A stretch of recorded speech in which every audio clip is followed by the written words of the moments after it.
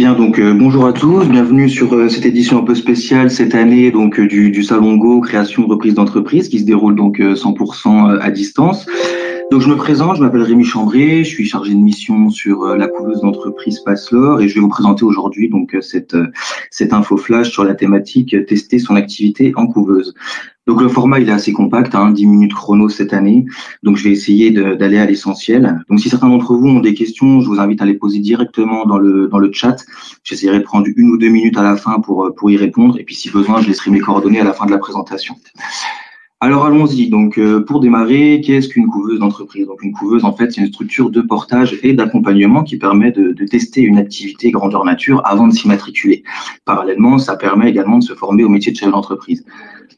Concrètement, en fait, la couveuse, elle va prêter son numéro de SIRET et ses identifiants à l'entrepreneur pour qu'il puisse exercer son activité sans avoir besoin de créer une entité juridique. Et en parallèle, bien sûr, donc, il est accompagné. Du coup, pourquoi les couveuses existent-elles? Alors, les couveuses, en fait, il faut considérer qu'elles sont là pour apporter une solution à un certain nombre de freins que pourrait rencontrer un porteur de projet pour créer son activité. Donc, parmi ceux-ci, on a quelquefois un marché potentiel qui n'est pas quantifiable, voire pas qualifiable. En effet, pour certaines activités, parce qu'elles sont atypiques, parce qu'elles sont originales, parce qu'elles sont peu exercées sur le territoire, ou tout simplement parce qu'il n'existe pas d'organe qui va être observateur du marché, on trouve donc des données très lacunaires, voire peu de données sur notre marché. Donc du coup, effectivement, ça peut poser un certain nombre de questions. Par exemple, est-ce qu'il est assez volumineux? Est-ce qu'il est assez bénéficiaire pour faire de mon activité une activité rentable? Quelles sont les attentes des clients et donc comment j'adapte mon offre pour les toucher au mieux? Enfin voilà, tout un tas de questions qui font qu'effectivement, on ne sait pas trop comment aborder ce marché. On peut également se retrouver face à un manque de compétences en matière de gestion globale d'une activité. Effectivement, quand on se lance dans une aventure entrepreneuriale, il faut maîtriser grosso modo tous les aspects de la gestion. Le métier de chef d'entreprise, c'est vrai que c'est un métier assez multicasquette, au sens où il faut d'abord être bien sûr un très très bon technicien dans son domaine d'activité, ce que vous êtes, je pense, tous ici, mais effectivement, c'est tout un tas d'autres casquettes qu'il faut savoir adopter en fonction des situations, celle du commercial, celle du comptable, celle du gestionnaire, celle du juriste des fois aussi. Donc voilà, c'est vrai que une devise du dispositif couveuse, et c'est ce qui rythme un peu l'accompagnement au sein d'une couveuse, c'est on ne naît pas en fait chef d'entreprise, mais on le devient. Des autres freins éventuels, ça peut être par ailleurs des fois un accès à des financements difficiles, qui plus est dans le contexte actuel. Donc le fait d'avoir exercé une activité en période couveuse, ça donne davantage de légitimité à l'entreprise dans sa recherche de financement, parce qu'elle dispose de chiffres clés réels, parce qu'elle a des éléments marchés concrets qui vont lui permettre du coup d'appuyer sa demande de financement. Et puis par ailleurs, ça donne également une posture, une réelle posture au chef d'entreprise, au sens où il est plus considéré comme un entrepreneur naissant, mais comme un entrepreneur cette fois-ci installé. Et puis bien sûr, selon certaines situations, il peut être nécessaire de sécuriser la période de création, donc sécuriser à la fois financièrement et juridiquement. Alors c'est vrai que du coup, d'un point de vue juridique, donc le fait de ne pas avoir à créer d'entité va limiter grandement les risques. Et puis financièrement, c'est vrai que quand on se lance, il faut engager un certain nombre de dépenses de démarrage. Donc outre les investissements obligatoires de démarrage pour exercer l'activité, tels que le matériel, certains logiciels, du stock peut-être éventuellement, il faut engager des dépenses de com également. Enfin voilà, bref, beaucoup de dépenses qui peuvent compromettre d'une certaine manière la sécurité financière, puisqu'il faut toujours continuer à assurer ses besoins perso d'autre part, manger, payer ses factures à la fin du mois, etc. Et puis également des fois un manque d'expérience et de réseau. Effectivement, quand on a très peu, voire pas du tout de relations professionnelles dans notre domaine d'activité, ça peut être un frein, parce que outre le fait de booster son business, effectivement, un réseau pro, ça permet de bénéficier d'appuis quotidiens qui sont somme toute assez rassurants.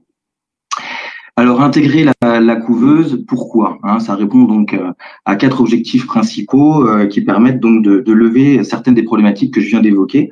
Donc, comment? En fait, ça permet dans un premier temps de se confronter à la réalité économique pour adapter nos produits et services, nos stratégies commerciales. En fait, c'est une première confrontation avec nos clients. Et donc, ça permet de corriger, d'ajuster certains aspects de notre offre ou de nos stratégies avant l'immatriculation. Ça permet également de devenir un chef d'entreprise, hein, et ce, en acquérant les réflexes et les outils de gestion. Donc, plus que vraiment des compétences, on développe également tous les savoir-être et tous les réflexes opérationnels du chef d'entreprise, hein. Également, pardon, l'idée, ça va être d'outiller votre future entreprise, donc en créant des outils de communication, des outils juridiques, des outils de gestion, poser toutes les fondations en termes d'outillage de gestion. Ça permet également de se constituer donc un réseau de partenaires et prescripteurs, et donc de créer entre guillemets son écosystème entrepreneurial. Et enfin, ça permet donc de diminuer le besoin financier de démarrage, puisqu'en fait, en permettant donc de facturer et d'encaisser du chiffre d'affaires, eh ben, on peut utiliser ce chiffre d'affaires pour autofinancer notre activité. Et donc, ce sera tout autant de dépenses qui ne seront plus à effectuer plus tard à la création effective de l'entreprise. Alors ensuite, donc il faut savoir qu'en couveuse, un entrepreneur, il a exactement les mêmes droits qu'un entrepreneur qui serait immatriculé. On peut exactement tout faire comme une entreprise classique. On peut prospecter donc notre cible de clientèle par tous les moyens, hein, que ce soit du phoning, du mailing, du porte-à-porte, enfin peu importe, on peut prospecter vraiment de toutes les manières qu'il soit. On peut signer des contrats clients, on peut signer des contrats fournisseurs, on peut signer des contrats partenaires. En fait, somme toute, on a la même capacité de contracter qu'un entrepreneur qui serait immatriculé. On peut faire de la pub sous toutes les formes, hein, pareil, que ce soit de la pub sur Internet, d'un point de vue digital, de la publicité print sous forme de fly, de plaquettes, puis même également de la publicité via la presse, hein, c'est possible également. On peut participer à des rencontres de chefs d'entreprise, on peut intégrer des réseaux d'affaires, on peut adhérer à des organisations professionnelles, participer à des salons. On peut se positionner également sur des appels d'offres, des appels à projets, et cela en bénéficiant entre guillemets donc de la solidité financière et juridique de la couveuse, au sens où effectivement vous allez répondre à ces appels à projets, à ces appels d'offres au nom de la couveuse. Et puis c'est également la possibilité de co-répondre à des appels de projets et à des appels d'offres, soit avec d'autres couvées ou même avec des entrepreneurs qui seraient immatriculés et donc extérieurs à la couveuse. Et puis enfin, donc on peut facturer ses clients, hein, donc on peut émettre des factures, on peut les encaisser, on peut comptabiliser son activité. Et donc la compta, elle est tenue via la couveuse, et puis vous avez accès à un logiciel qui permet de faire ces saisies comptables. C'est également donc l'occasion de commencer à se familiariser un petit peu au premier mécanisme comptable. Alors sur l'accompagnement, comment ça fonctionne un accompagnement couveuse? Donc l'accompagnement, en fait, il est quotidien dans le démarrage de votre activité. Donc c'est une véritable mise en situation professionnelle, hein, qui permet vraiment de développer vos compétences sur le terrain. Vous êtes appuyé de manière personnalisée dans tous les domaines de la gestion. Je disais tout à l'heure, hein, que le métier de chef d'entreprise est un métier vraiment multifacette, multicasquette. Donc là, vous allez être appuyé vraiment dans tous les domaines, que ce soit sur le commercial, le juridique, fiscal, tout ce qui a trait à la gestion de finances, et puis même l'informatique. Des fois, ça peut être également nécessaire. L'accompagnement, il se déroule comment? Il se déroule à la fois en individuel et à la fois en collectif. Vous avez un référent qui vous est dédié, il crée avec vous donc tout votre parcours d'accompagnement, il vous suit tout au long de votre parcours, donc il va créer et vous accompagner également dans le plan d'action commerciale, il va faire des analyses financières avec vous régulièrement pour vérifier la rentabilité de votre activité, et puis d'une manière générale, il va répondre à toutes vos questions au jour le jour. Et puis il y a des temps collectifs qui sont organisés également avec les autres couvées pour réseauter et puis pour inciter à des dynamiques collaboratives, à essayer d'inciter à travailler ensemble selon une espèce de logique de co-développement. Voilà. Et puis, en fonction des structures, il y a des services complémentaires qui peuvent être proposés. Donc, chez Basselor, par exemple, nous, on propose des prestations de création graphique pour des outils de communication, des prestations juridiques, par exemple, sur des contrats ou sur des statuts, la rédaction de statuts pour l'immatriculation. On a également une offre d'hébergement physique avec des locaux, donc à louer des bureaux, des salles de réunion, des espaces de coworking. Enfin voilà, tout un tas de services complémentaires en fonction des structures. Sur le statut, sur les questions statutaires. Alors le couvé, quel statut il a quand il intègre une couveuse d'entreprise? Il signe ce qu'on appelle un contrat CAP. Donc ça s'appelle un contrat d'appui au projet d'entreprise. Ce contrat, il est encadré par la loi, il est renouvelable donc 2 fois maximum dans une limite de 3 ans. 3 ans, c'est le maximum donc qui est donné par la loi pour la période couveuse. Et ce contrat, en fait, c'est là où il confère un statut assez sécurisant. Il maintient en fait l'entièreté du statut actuel que vous avez, en tout cas du statut que vous aurez au moment de l'entrée dans le dispositif couveuse. Donc, si vous êtes salarié à temps partiel, vous restez salarié à temps partiel. Si vous êtes demandeur d'emploi avec une indemnisation chômage ou avec un bénéfice de RSA, vous continuerez également à les percevoir dans la limite, bien sûr, où vous ne prélèverez pas de rémunération, pardon. Donc, vous allez rester la sécurité sociale générale, tous les droits associés. Et c'est en cela vraiment que statut couveuse est vraiment sécurisant. Pour finir, je vais donner donc quelques éléments qui a trait aux conditions financières d'un accompagnement en couveuse. Donc généralement, il y a une participation aux charges de structure de la couveuse qui est demandée, généralement donc sous forme de commission sur le chiffre d'affaires. Ça dépend des structures pour les taux, mais grosso modo, c'est entre 5 et 10%. Une seule cotisation forfaitaire est due, c'est le forfait de couverture pour les accidents du travail, qui fait donc que vous êtes couvert, que votre activité est couverte face à des accidents du travail ou à des maladies professionnelles. Donc en 2001, par exemple, il était à 2,11 € par mois de présence. Et en fait, ce qu'il faut savoir, et c'est là vraiment que ça apporte quelque chose de différenciant par rapport à un statut classique, à un régime fiscal classique, c'est qu'en fait, le chiffre d'affaires, il va pas être soumis à cotisation sociale, au même titre que le bénéfice que vous laissez en trésorerie et également celui qui est réinvesti dans l'entreprise. En fait, on va payer de la cotisation sociale uniquement sur le bénéfice qu'on se verserait en rémunération. Donc là, je disais, voilà, c'est vrai que c'est un gros avantage parce que pareil, par exemple, en micro-entreprise, on est fiscalisé directement sur son chiffre d'affaires. Et puis quand on s'immatricule au régime réel, on va être assujetti à un forfait minimum de cotisation.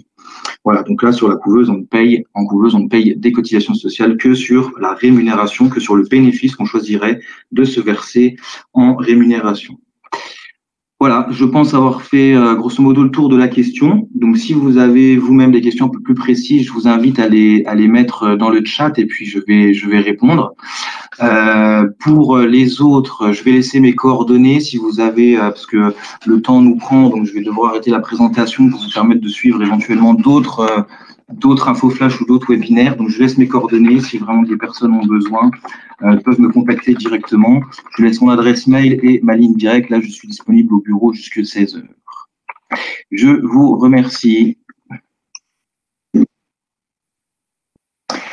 Alors, je vais essayer de répondre à quelques questions. Donc, quelles sont les couveuses sur le secteur de Metz et Montigny-lès-Metz? Alors, à ma connaissance, sur Metz, Montigny-lès-Metz, en couveuse, on aurait donc on a Passelore, la nôtre, on est basé à Nancy et on rayonne sur tout le territoire du Grand Est. Et puis, il y a la couveuse Cohérence Projet qui est à Briey, dans le Nord 54.